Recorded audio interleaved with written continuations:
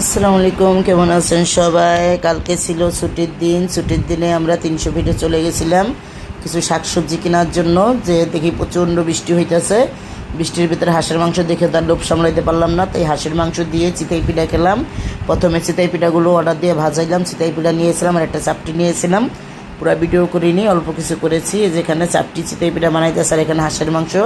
আর এত হাঁসের মাংস দিতে আছে, আমি বলছিলাম এত হাঁসের মাংস খাওয়া যাবে না, বেছে বেছে 3 পিস দেন, 5 পিস দেন না। তারপরে হেরাইটেই দিয়েছে।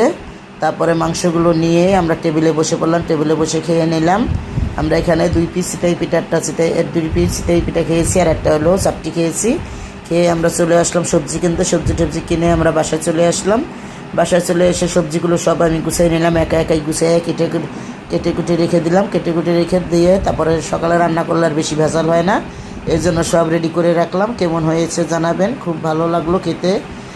ভালো লাগলে আমাদের সাথে থাকবেন, লাইক করবেন, কমেন্ট করবেন, শেয়ার করবেন। আল্লাহ হাফেজ।